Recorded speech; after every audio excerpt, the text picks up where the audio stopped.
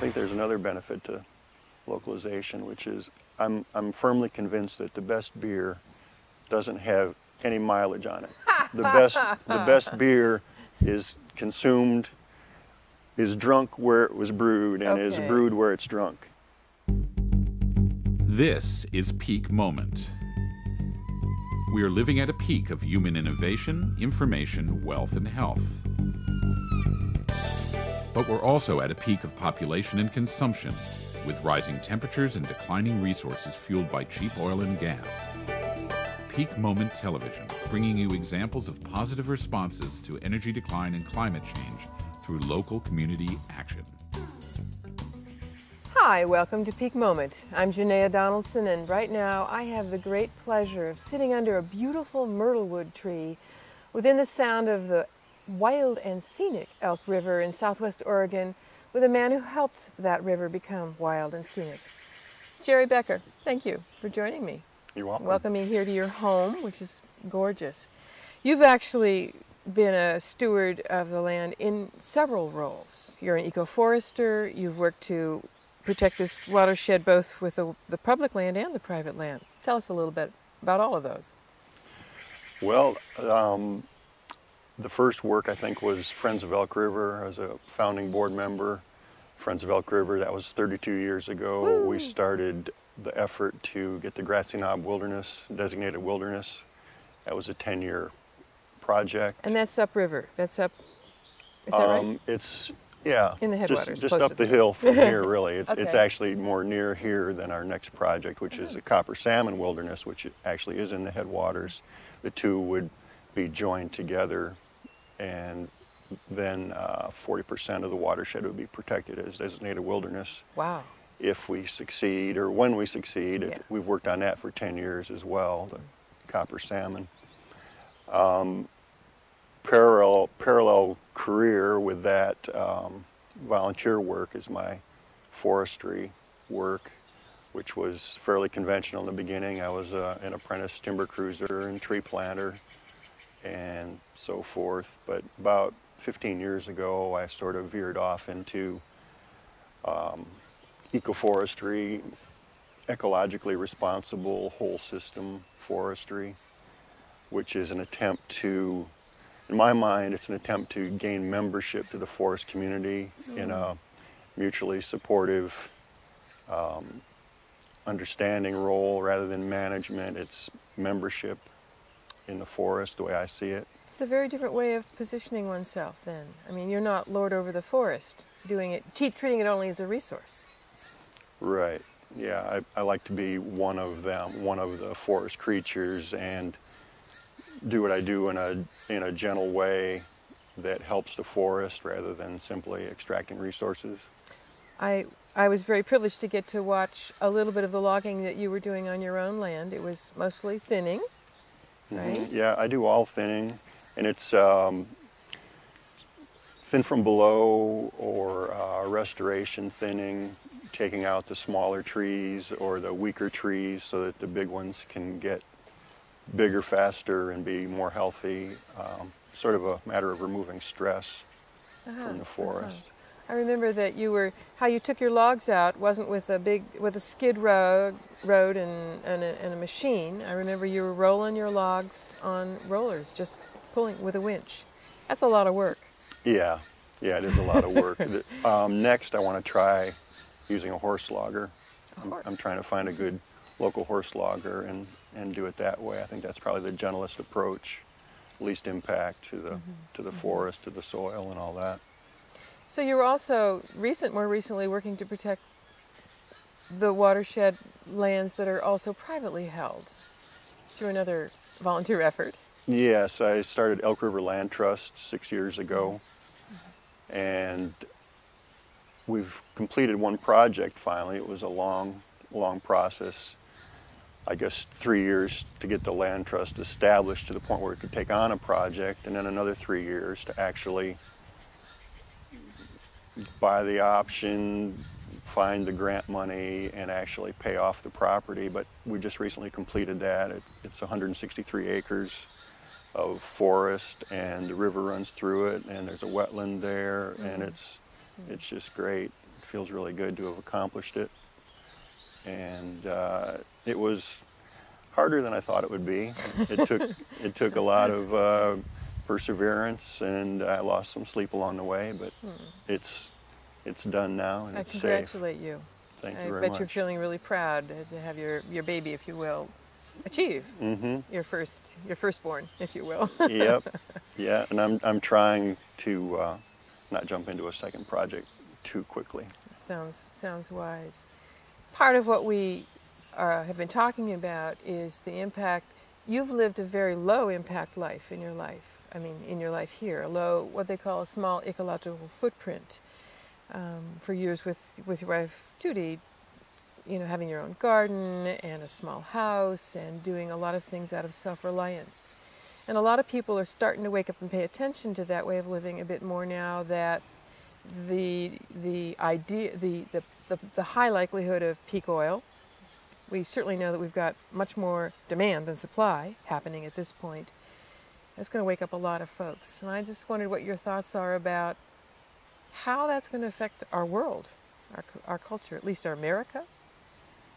Well, about peak oil, I can definitely tell you I don't want to peak too soon.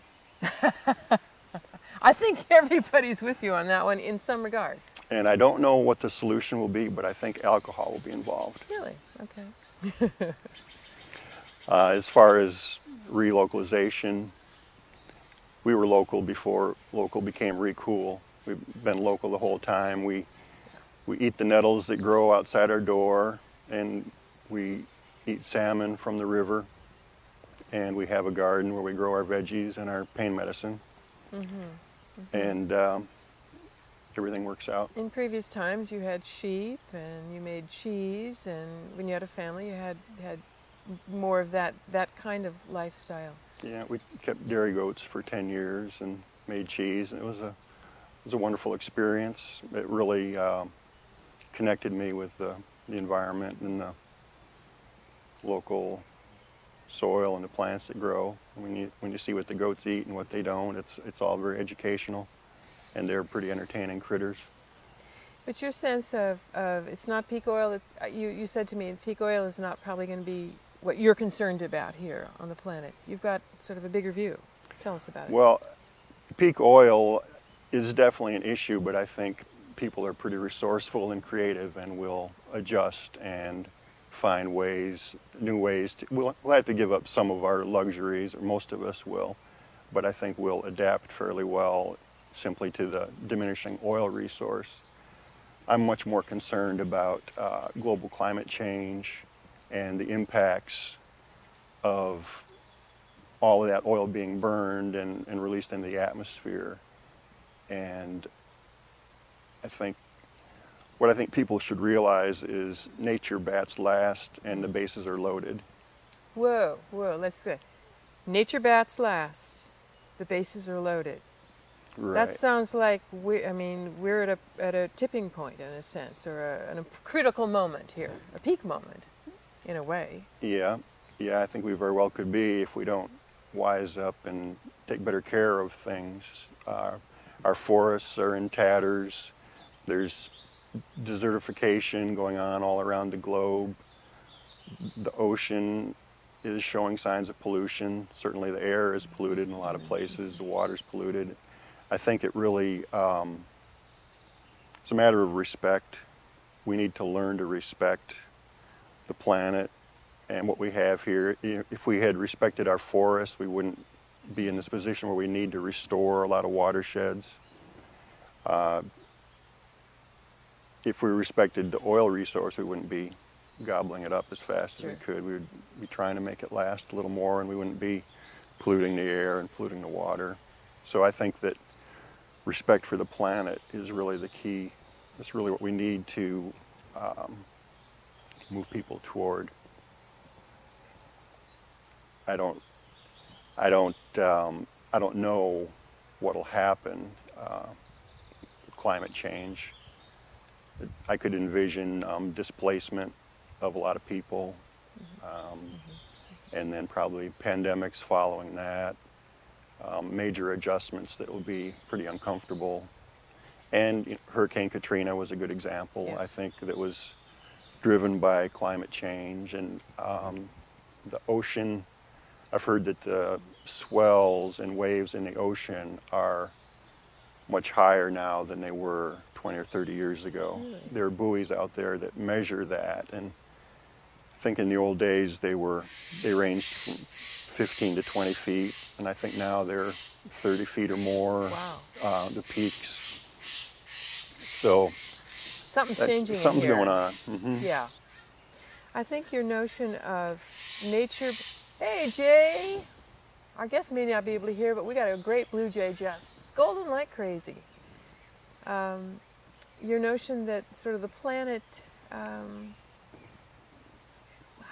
trying to think how you said it. Sort of it bats last, but it's also got a sense of rebalancing, maybe, what we're doing. I think the whole planet functions as a living being that makes adjustments. Well, for example, in forestry, I know that if the soil gets compacted and sort of destroyed by too much equipment activity, that trees will die and fall down because the soil gets compacted, and so that creates an anaerobic condition in the soil, and that introduces disease or allows root diseases to flourish. And so the trees fall down. Well, the trees falling down rebuild soil. That's exactly what's going on, is the forest is giving up some trees so that the soil can be renewed. And I'm not saying that that's a conscious activity, but maybe it is, and whether it is or not, it happens, and I think that might happen on a global scale. Right. As far as the hurricanes, the oceans being much more active, those are all things that can make adjustments. You know, when you think about how many people live within 5 miles of the sea, changes could come. We may see what I hear you saying. Certainly the many of the indigenous peoples believed the planet was alive, and many of them attempted to live with respect for where they were, kept their populations limited, you know, so on, which we have in our Western mind in the last centuries treated nature as a resource, just as some other thing that we can just use to whatever extent we want without those checks and balances. And when James Lovelock brought in the notion of the Gaia hypothesis, the Gaia theory, that this planet seems to operate like any living system with self-correcting measures when things change balance, what I hear you saying is, well, we're starting to see some rebalancing with the rising of the seas, which is predicted, and so many people living there. We may see people having to move inland. We may see smaller populations and certainly less impact.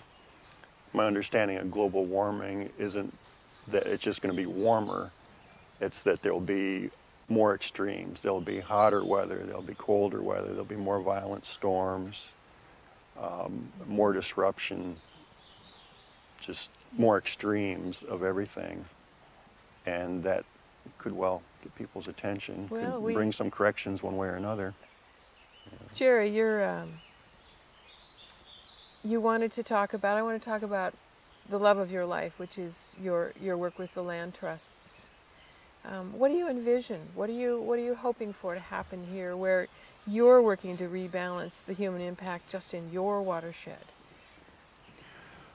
Well, the main thrust of the land trust, I think, is to establish a corridor, a biological corridor where hopefully the forest will stay intact, and the ranch lands that are in that zone will stay in sustainable ranching rather than having a lot of development, housing development and so forth. And that corridor will connect the Cape Blanco State Park, the ocean at Cape Blanco State Park, with the Grassy Knob Wilderness area, which connects with the Copper Salmon area, which connects with the Iron Mountain Botanical Area, Wild Rogue Wilderness, Kamiopsis Wilderness.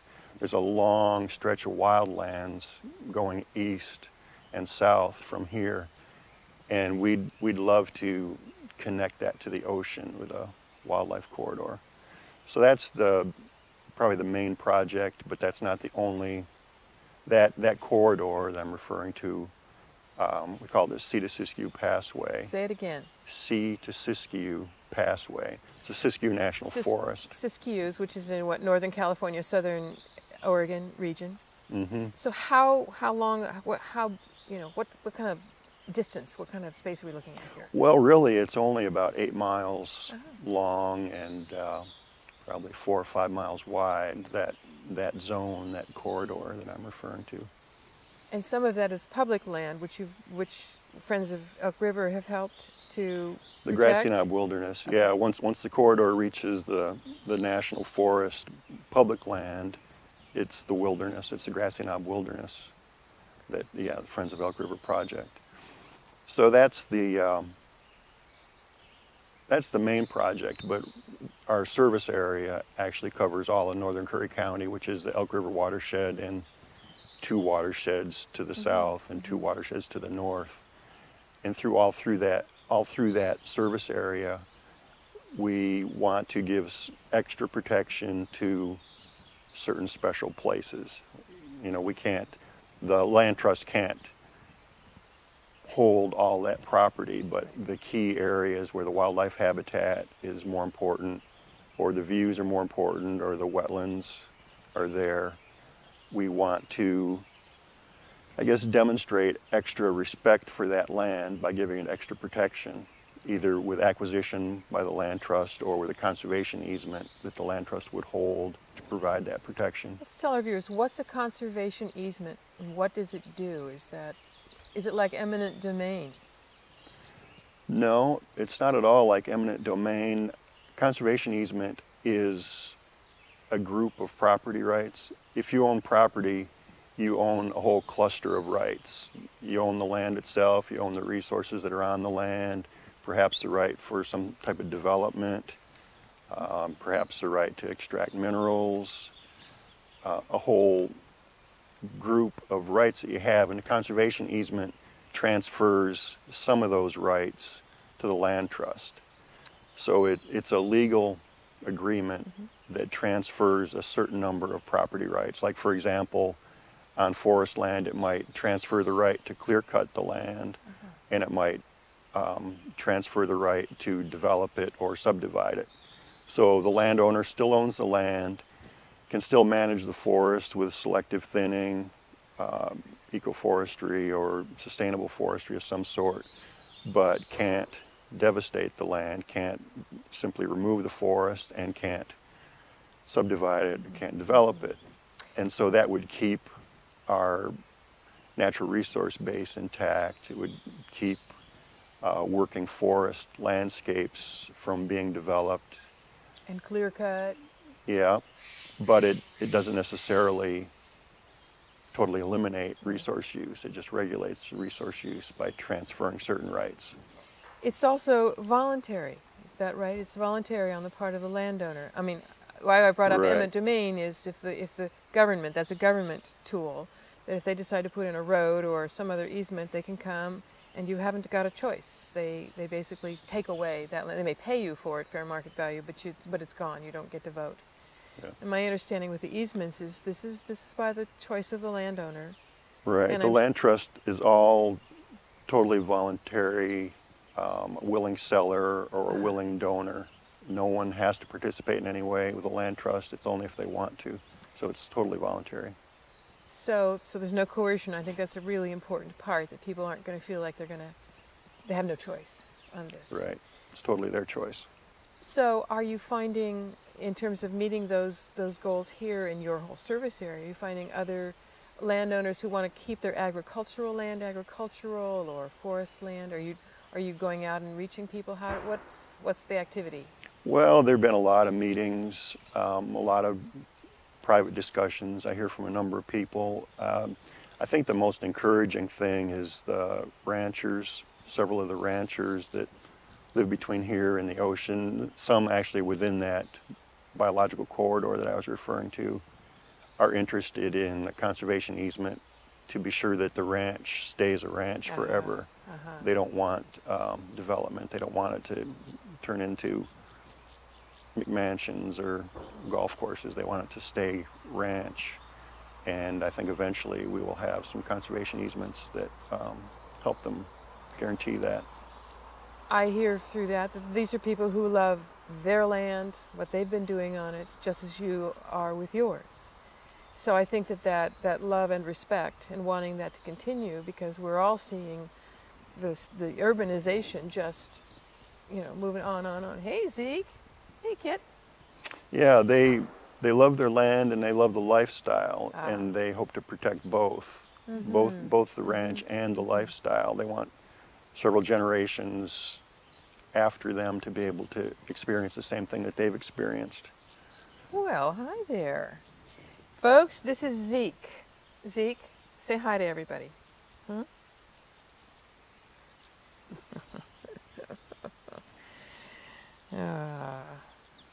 Yeah, I think that, well, certainly one of the things that we expect to happen as peak oil and other resource diminishments happen is that our economy is going to contract. And that's back to the localization idea of meeting. You've been personally meeting a lot of your needs right close to home or on your own land or very nearby. And I know that you, as we have energy more scarce and have to be more wise with it, we're not going to be you're not going to be trucking pineapple or flying pineapple from Hawaii over to Southern Oregon. Right, and I think that the local food is actually better for you. You know, if you live here, you're not really meant to be eating pineapples. You're meant to be eating whatever grows in the garden. So there could be unforeseen benefits of relocalization. Actually, and that gets back to the ranchers staying here. Having those ranchers here, ranching, raising grass-fed beef and doing community-supported agriculture and so on, gives you the food for the people in your locale. And that's part of what the land trust protections are going to help do, rather than a whole bunch of beach homes. Right. We've actually learned that there are particular molecules in food that locally grown foods, probably because they're fresher and closer, help prevent cancers. So it's not just that they're organic, it's something about their being local, probably that immediate freshness. So I think we may discover the benefits, even though we may not have the science at this moment for it. I think there's another benefit to localization, which is I'm firmly convinced that the best beer doesn't have any mileage on it. The best beer is consumed, is drunk where it was brewed, and is brewed where it's drunk. I think that's a good point to make. I think local beer. That's what will get us through the bumpy times. Local beer. We're going to have Elk River Jerry Brew. Local beer. I like it. I like it.